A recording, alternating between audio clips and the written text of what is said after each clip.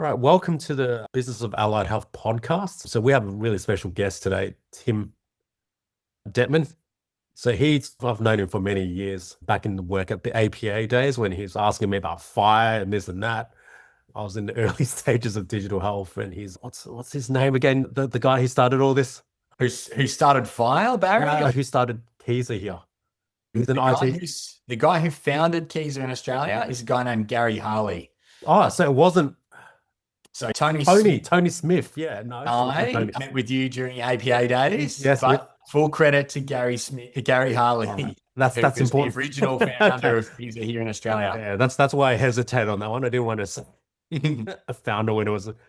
I see. All right. Yeah, today's about Tim, and I'm very keen to hear his story. He's a very successful leader and physio.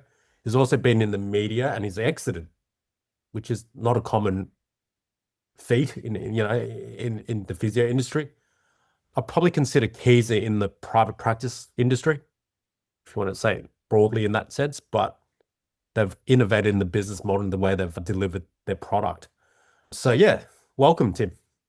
Barry, thanks so much for having me, and credit to you for putting this podcast together. I think that it's a really important time for physiotherapy at the moment where we need to think about innovation and we need to think about our business model to make sure our industry grows. So I'm really honored for you to have asked me to be on this podcast.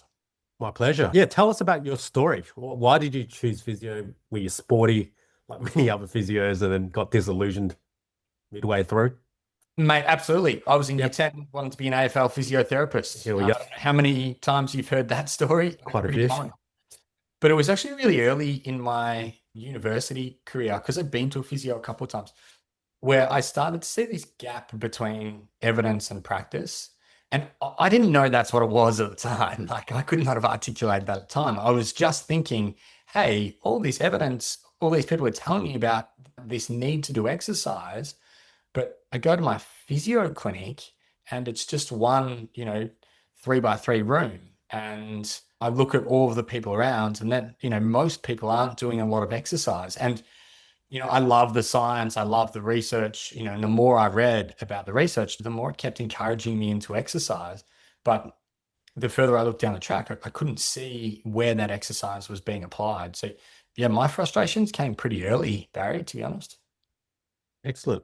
Yeah, you went to Melbourne Uni like myself, I think, in the early days. Yep. Yes, yeah, I was at Melbourne Uni, had a great time there, like many of us did. And the further I went in through that university career, I realized there was this gap between evidence and practice. And then I looked at elite sports and I was like, well, in elite sport, the physio literally has a room that's right next to the gym. And the physio's room is right next to the doctor's room.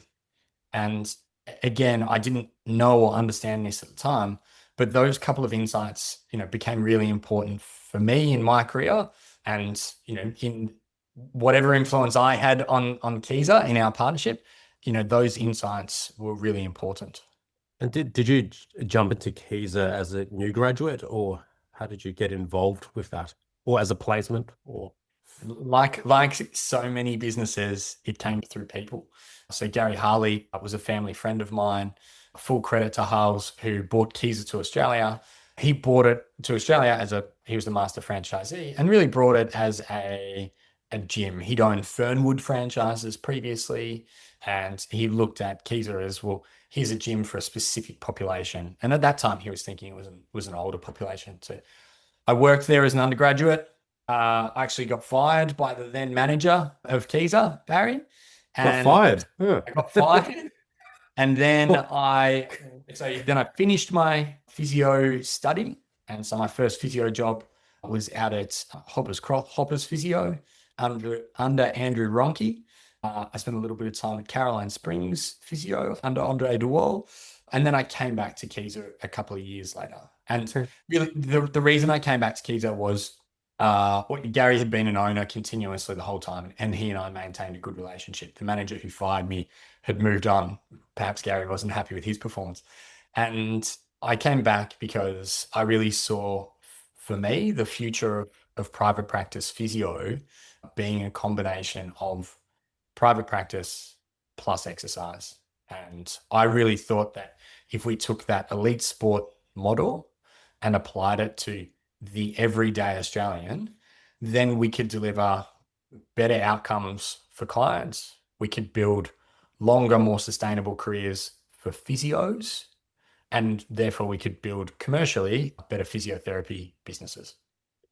Excellent. So can I ask why you got fired or not sure? Or Yeah, no, you're not allowed to reveal yeah. it? No, absolutely you can, because Yeah. it actually influenced my Yeah. career later on. It was to do with how the manager was then rostering and looking after people. And he had, without going into too much detail, he had kind of, cancelled a couple of shifts really late. And, I was trying to pay rent as a university student, and we were trying to, plan a roster going forwards. And I think because I had really kind of stood up for myself and for the team, the people, like prioritizing the team first, Marco decided, he said, look, there probably won't be any shifts available for you in the future, Tim.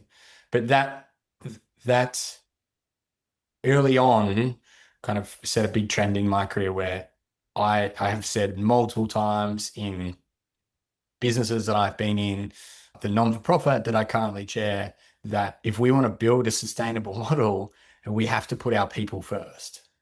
And for a physiotherapy business, I think that means that you put your people before you put your clients. And I think the same in the non-for-profit that I chair now. We love our clients. We look after kids with autism and we take them surfing, but they are secondary to the full-time staff members and the volunteers of our organization. And that's what makes us good. That's what makes us build a sustainable organization. It was the same thing at Kieser. Put people first and think about the long term. And how did you work your way up the ranks at Kieser? Like, is there a path for everyone, or is it because of your, So I came warm in, connection? yeah, no, so I came in like at day one, Barry. So when I came back as a partner. Right. We had one clinic that was March the 1st, 2010. Okay. And so March 1st, I came on board. April 1st, Tony Smith came on board as the then managing director.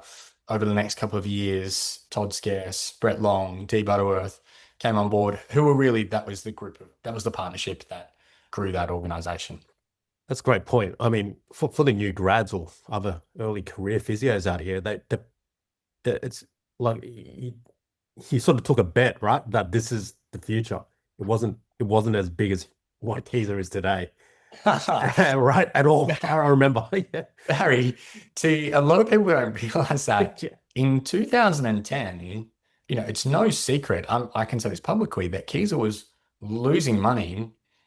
I took out a loan guaranteed by my family home on a business that was not making money, but that I really saw the model being the future. And yeah, I think that is a really good lesson. Like I will talk about Kieser today. I will reinforce that I have left the business. So Yeah. any of the new stories, I don't know, Yeah. and I can't tell. I had a great time while I was there. But I will tell those stories because I think it's really useful to new grads, early career physios, any business owner. No, Kieser was not successful, and it was really hard. Like at the end, then in 2010, most people weren't interested in strength training. I would talk to people about strength training, and they would think about, oh, how strong can someone get? They would think about bodybuilders, and they would think about aesthetics. And I had zero interest in those things. I wrote this email to Tony Smith before we both started saying, hey, we can change the way the physiotherapy industry operates, because Australia has a problem with type 2 diabetes, osteoporosis, and osteoarthritis.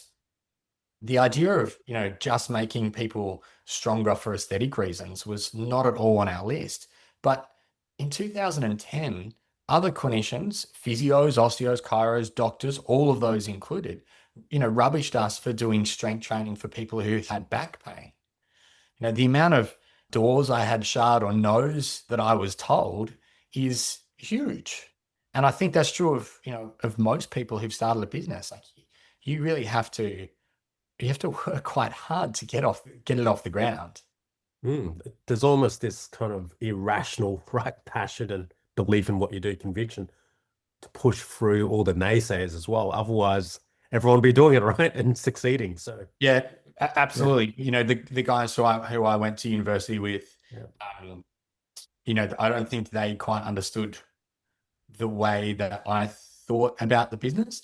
But I would also put a fair bit of that down, Barry, to me not being able to articulate it well. Like I really like the saying that strategy is 2020 in hindsight. You know, I wasn't sitting there in 2010 being able to articulate things as simply and as clearly as I can now. So, you know, hand up high, I probably got a few people offside because of the way that I articulated it as well. But, you know, for all those founders out there, you know, you have to go through your own journey. And is your business going to look exactly on day one the same, you know, 2, 3, 5, 10 years later? No, definitely not. But you've got to have a strong belief because it's going to be tough. Interesting. What was your key role at Kieser that you saw from failing Kieser, which I can't even see that now, to be frank, Yeah. to it being where it was when you left off? What was my key role, or what Yeah, was the your key key role change in and the what business? changes you've made as well, both side of things. Yeah. Barry, I reckon I went 14 years without it. No, I was at Kieser 14 years. I went 13 years without a job title, really, at Kieser. So the role I played was team leader, clinic manager. Then I would go and open the new clinics up for a while. And then I played a regional leader role. And then my interest really is in people, the psychology of people and their behavior. So I moved into a marketing role. And when I say marketing, I definitely do not mean advertising. I think 95% of my role was more, you know, marketing than it was advertising. But the success of Kieser wasn't one person. Like I'm not going to put my hand up and say I did this or I did that. It was the teamwork of it. So all of those individuals who I mentioned before made their own contribution. What changed for Kieser was, and again, this is public in 2010 when Gary had started the business for the first couple of years, he had predominantly focused on just on strength training and memberships. And Paul Percy was the physio there at the time. And Paul Percy had a 6-week wait list. So really the market drove the need for more physio. So in 2010, we shifted from being just a gym to being 50% a physiotherapy clinic and 50% a gym. And I'm happy to go on the record and say that I think that is the future of physiotherapy. And if I owned a physio practice today, that's what I would be looking for, either through my own equity or through partnership with some type of exercise facility nearby. Very interesting.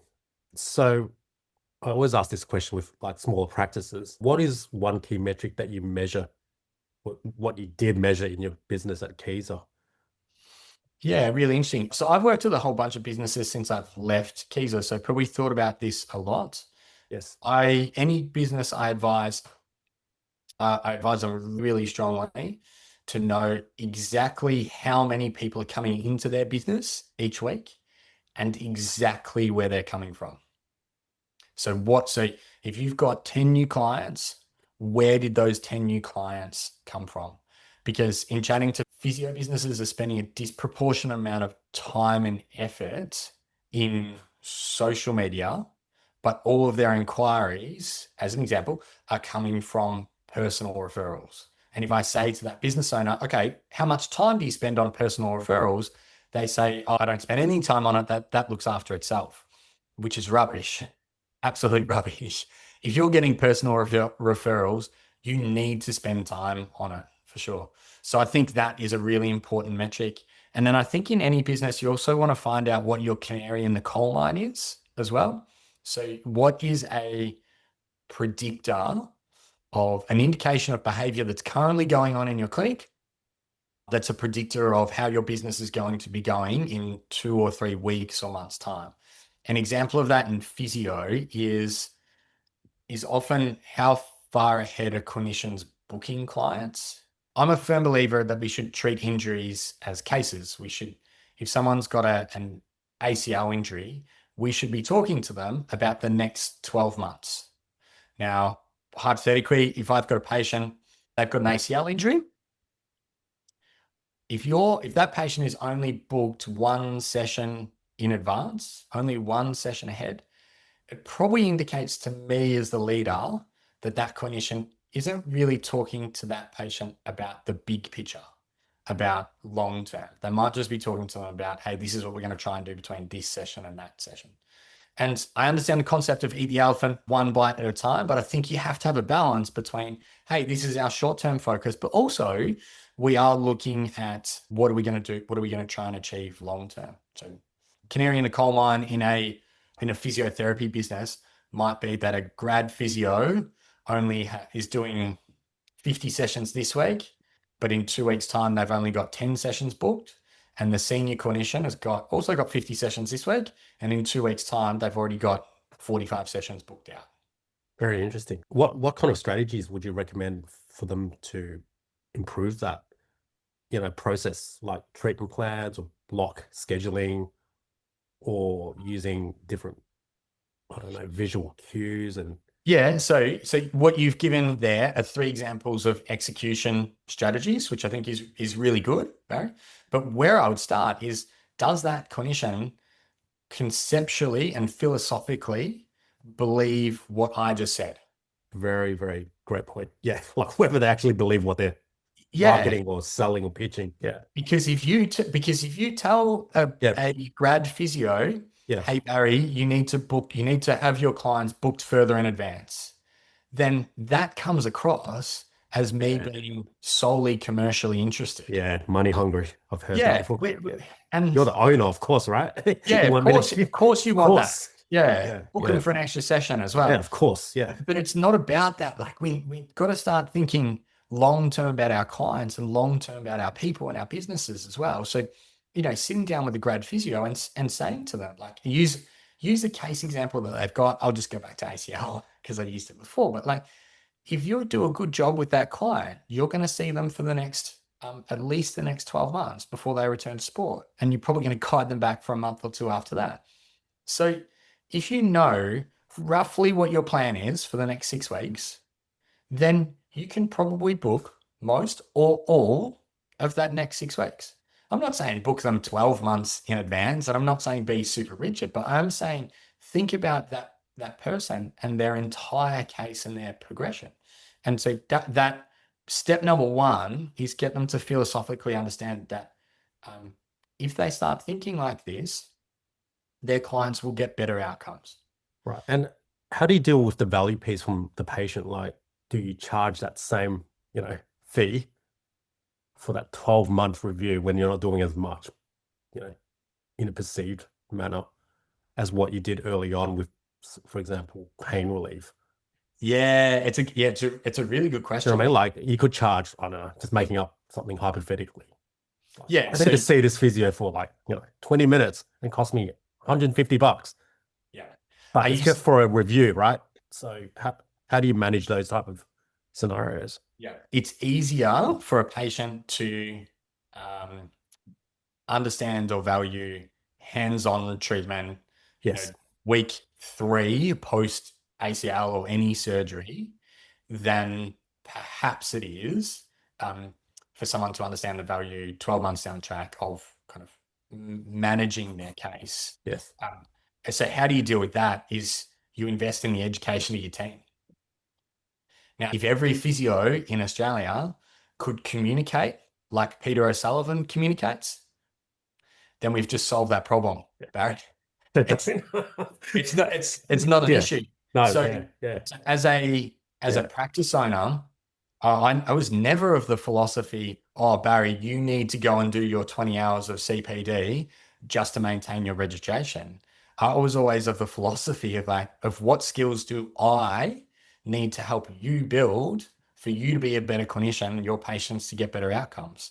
And so if you think that is a problem inside of your practice, find someone who will come and educate you. And that just doesn't mean going to the APA classifieds or the APA website and just looking for an education seminar. Sometimes that might mean getting on LinkedIn and writing a message to someone and saying, hey, would you come in and do this presentation for us?